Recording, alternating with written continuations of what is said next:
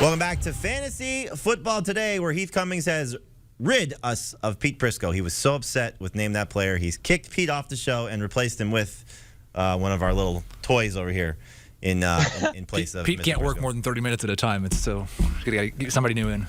He got exhausted with beating you and Name That Player, apparently. Not a little toy. It's our buddy Adam Azer. Thanks for being with us here, as always, on Fantasy Football Today. So let's get to the roster trends here for the moves that you made on Tuesday night. Let's start with the most added players. So, Adam, when we take a look at this list, we see a couple receivers that stand out. Donovan Peoples-Jones and Brandon Aiyuk. We talked a lot about this on our podcast. We've obviously talked about it with our waiver wire show. Moving forward, knowing that there's no more Odell Beckham, how good could Donovan Peoples-Jones be? I think he could be inconsistently good. He's going to rely a lot on the deep ball, obviously, and this is a low pass volume team.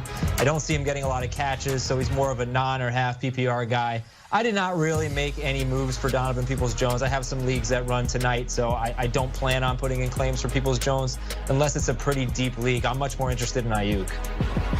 Yeah, Aiyuk is the one that I think could actually be a number 3 wide receiver for the rest of the year. Peoples-Jones more interesting to me in best ball leagues, in dynasty, or keeper type formats. All right, let's talk about Brandon Aiyuk, because we know it was a slow start for him to open the season, and he struggled. And then 2 weeks ago, Kyle Shanahan said things have clicked. He's putting in better practice time, and we saw the results of it in the game against the Cardinals. So, Adam, knowing that there's Deebo Samuel, knowing that there's George Kittle, knowing that there could be a quarterback change coming at some point, the long-term prospects for Brandon Aiyuk are what?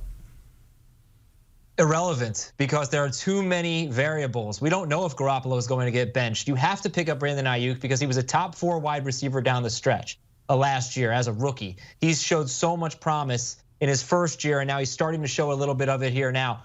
Look, they're not irrelevant, obviously, because everything matters in fantasy, but they are irrelevant in the sense if you're making a waiver claim, you've got to get them and just see what happens. We can't just assume for sure that Trey Lance is going to take over. What if they start winning some games? Someone emailed me today and said, hey, you keep talking about Trey Lance. There's 7 teams make the playoffs. They're a game out of the playoffs. They're right there. So that is true. You don't have to be great to make the playoffs anymore. They still have that working for them. They have a bad defense lately. They're throwing more. That helps Aiyuk. Look, I think there's no way he's going to be good every week, because you can't have 3 good pass catchers on this team every week. It's not going to happen. But I do think he could be good some weeks, frequently enough for him to be on your roster. And you have to take a chance sometimes with a number 3 wide receiver. You could be that guy. Yeah, I think there's a chance that he could be really good in that George Kittle and Deebo Samuel have had a lot of injury problems over the last couple of years. One of those guys goes down, and Aiyuk could be what we thought he might be at the start of this year, which is a borderline number 2 wide receiver. I will say the idea that you don't have to be great to get into the playoffs anymore is weird coming from a Giants fan. From a guy wearing a Gardner Minshew shirt, by the way, as well. Let's talk about Devonta Freeman again. I know we brought him up in the news segment in terms of Latavius Murray most likely not playing Thursday night against the Dolphins. So, Adam, give us your take on Devonta Freeman here, knowing that he's been good from a fantasy perspective the last 3 weeks. A lot of that has been touchdown dependent, although last week against Minnesota, finally we saw the work come along with the touchdowns. Can he be a number 2 running back this week against the Dolphins run defense that has really struggled against opposing backfields for the majority of the year? Talked about it with Heath and Dave this morning on the podcast. Heath put it pretty well. Maybe I'm misquoting him. I'll try to misquote him.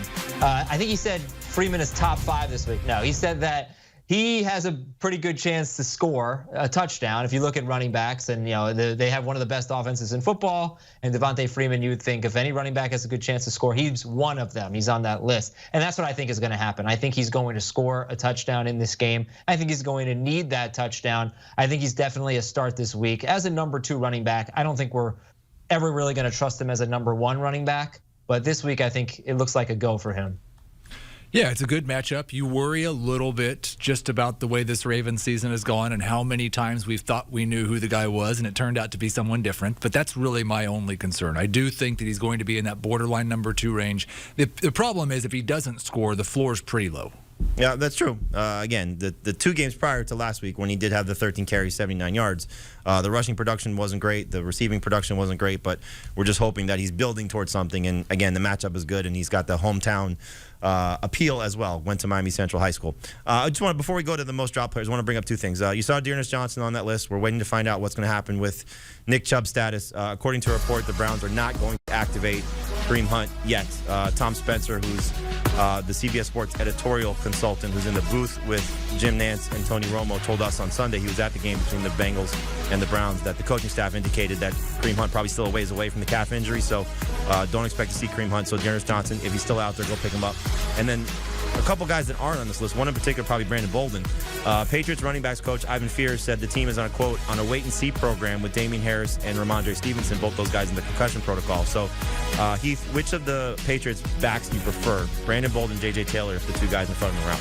I would go with Brandon Bolden because I at least know he's going to get the receiving work, and I don't feel a great deal of confidence that either of them would have a huge role in terms of the running game. So I would say Bolden. If Stevenson and Harris were both, in fact, out, then Bolden would be close to a top 24 running back in full PPR. And you see Stevenson being added more so than Bolden. Much better long-term appeal to pick up Stevenson. So if you don't need a Patriots running back this week, pick up Stevenson and stash him because he's starting to get more work in tandem with Damien Harris. And then if Harris ever misses any time significantly, Stevenson could be really good.